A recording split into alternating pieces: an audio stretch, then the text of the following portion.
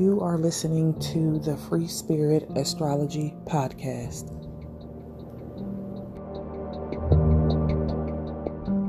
Hello, everyone. Welcome back to the Free Spirit Astrology Podcast. I am your host, Brandy Williams, here to bring you another update about the astrology for the week that we are currently in.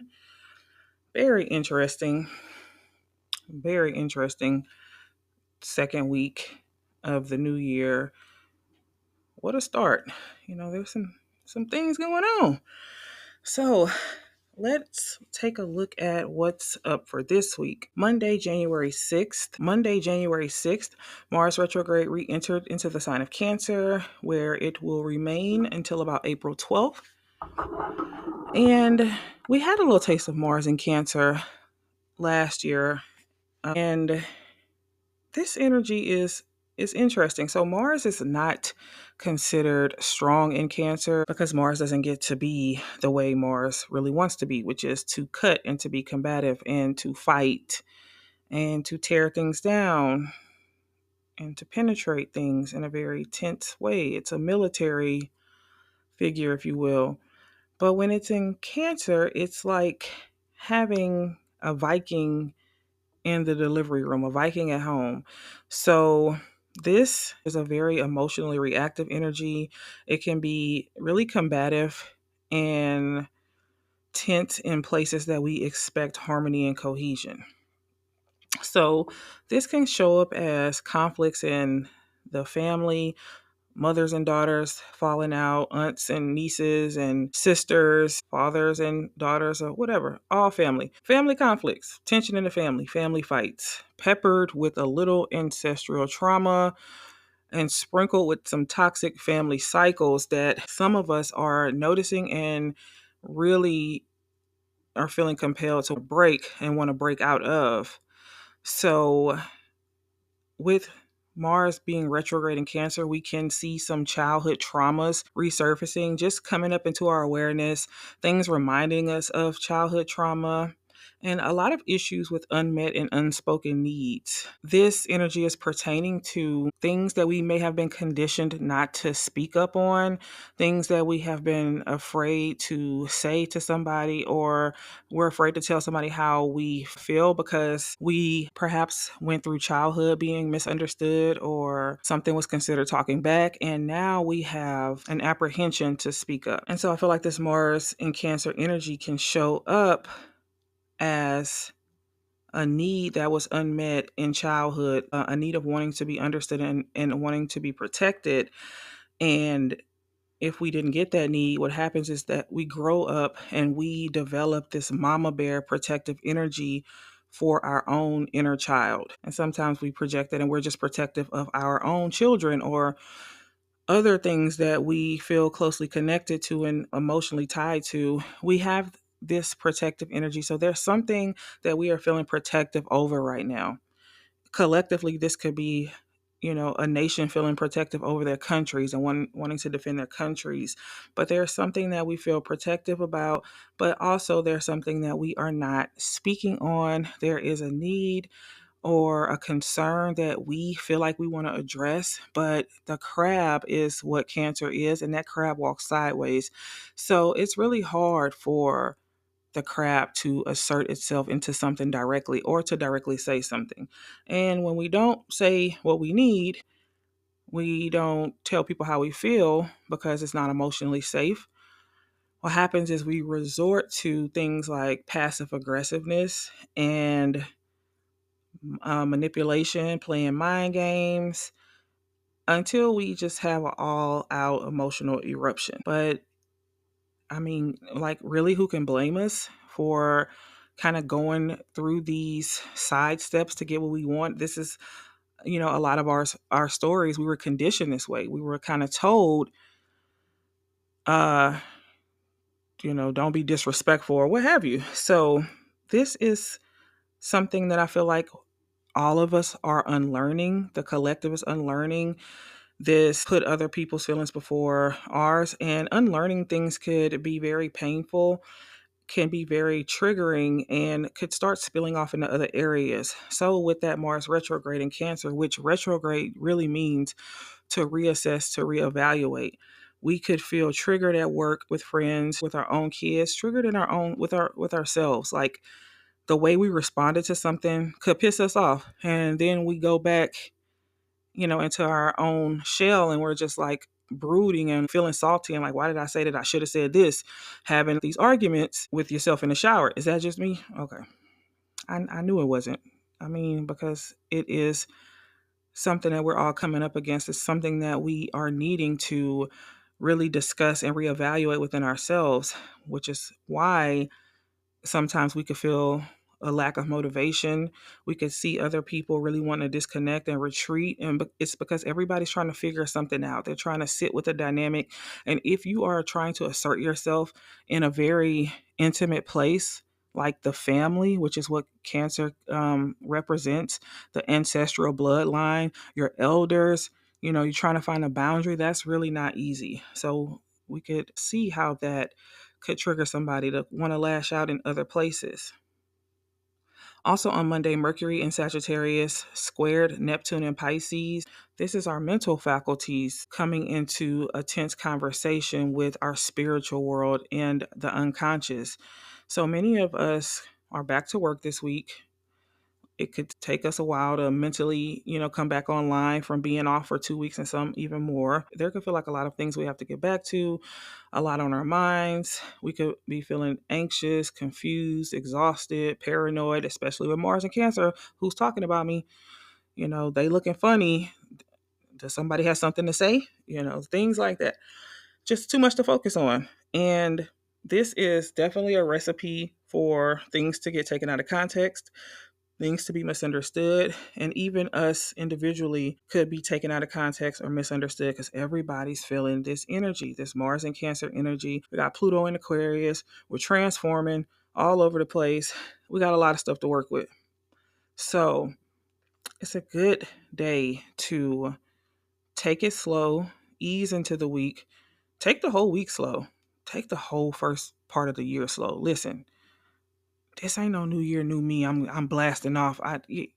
If you feeling like you're not measuring up, it's because it's not time for all that shit. Okay? It ain't time.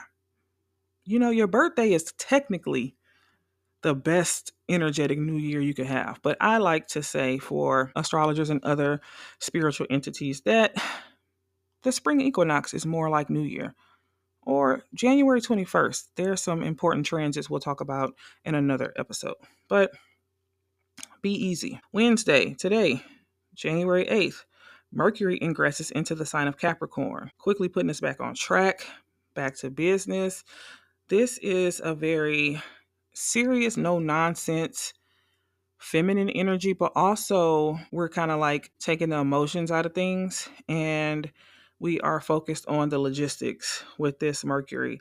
This is a very decisive Mercury. So we could be feeling more decisive towards the end of the week. We could really start focusing on what matters and cutting out maybe the little petty stuff of somebody's tone. It's just like, yes, but per my last email, this is what I needed. Thanks. And we're not even worried about it towards the end of the week. We're over it, right? Let's just keep it professional. Really giving us the ability to make some strong, clear, practical decisions because I know y'all got goals. So, sometimes we got to keep it business and not personal. And then January 11th, the nodes of the moon change signs. Very significant. The nodes of the moon are these mathematical points that are correlated to the path of the moon in relation to the path of the sun along the ecliptic. A lot of astro jargon, whatever. We'll learn that later. But for right now, all we need to know is there is a south node and a north node. They're changing signs. They always change into the sign previous from the zodiac sign that they're in now. So planets progress into Aries, Taurus, Gemini. Well, these go backwards. And so because they go backwards, they start at 29 degrees of that sign. So the South Node, what is that? The South Node represents an area in life that comes naturally to us. This is what's easy, what's comfortable, something we do well, something we do often, aka our comfort zone. This is the thing that we spend a lot of time focusing on. We could do it with our eyes closed, right? That's the South Node. And then we have the North Node, and that is where we are uncomfortable, where we're stepping out of the box, where we have to do something that makes us feel nervous, like public speaking, biggest fear. But that is where my North Node is, right? And this is that saying, with the motivational speaker saying, everything's on the other side of fear. That's the North Node.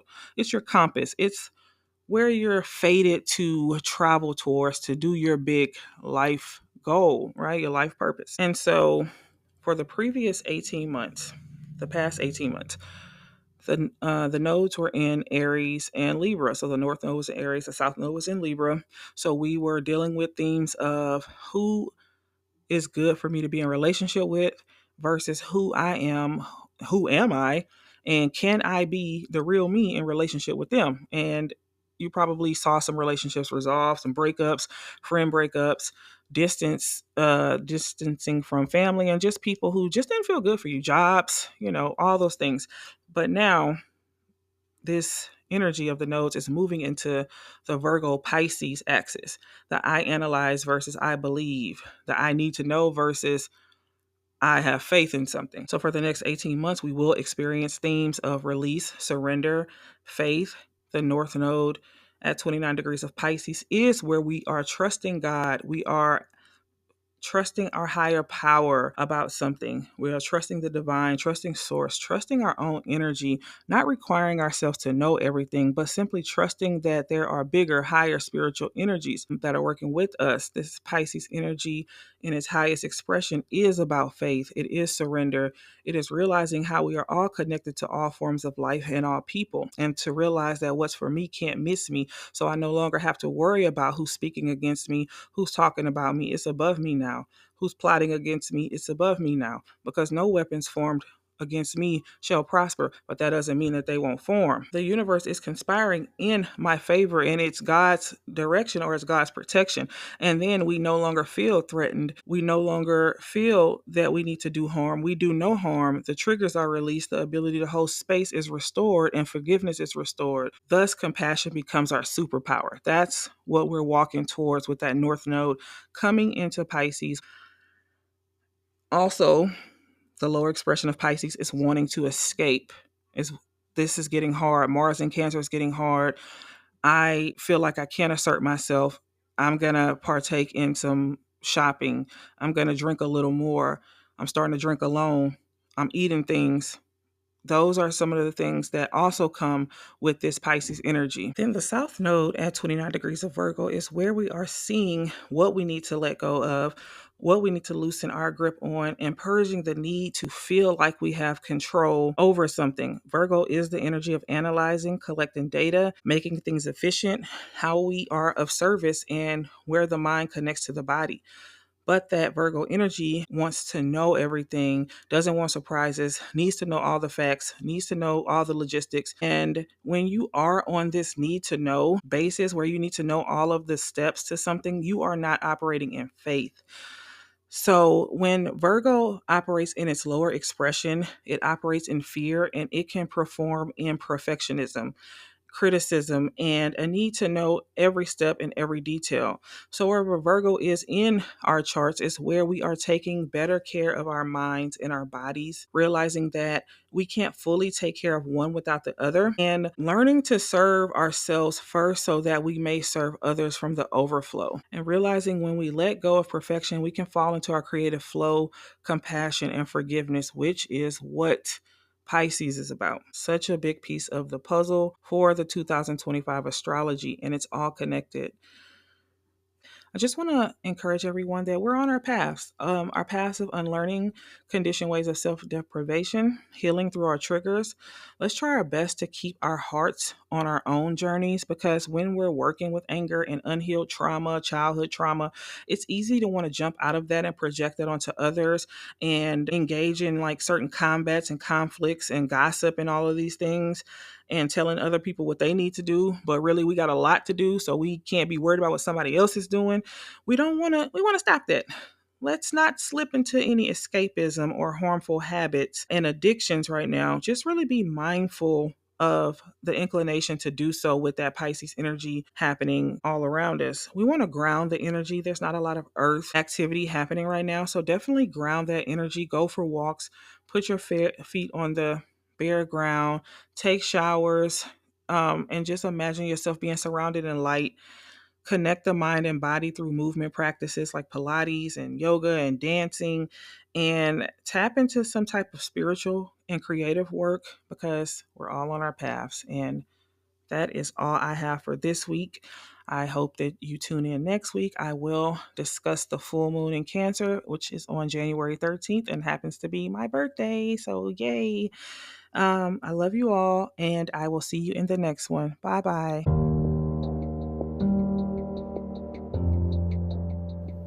You are listening to the Free Spirit Astrology Podcast.